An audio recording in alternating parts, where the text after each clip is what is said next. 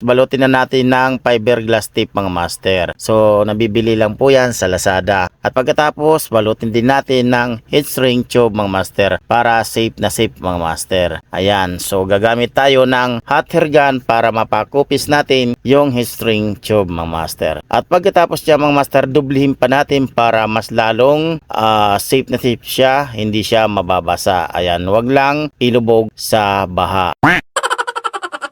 Pakasulit na nito mga master. At pagkatapos mga master, syempre lalagyan natin ng XT90 bullet connector. Ayan, napakasulid para madali lang i-connect yung galing sa sounds ng kanyang motor at madali lang din i-connect papuntang charging ng kanyang motor. Ayan, syempre may kaparis yan na XT90 connector. So yun mga master, bali nakabuo na tayo ng 12 volts 19.5 AH. Ayan, so bago ito ipadala sa may-ari, syempre full charge muna natin to. Paki-like and share at mag-follow ka na rin para updated kayo sa mga susunod kong mga upload na video. Maraming salamat, hanggang sa muli mga ka-DIY.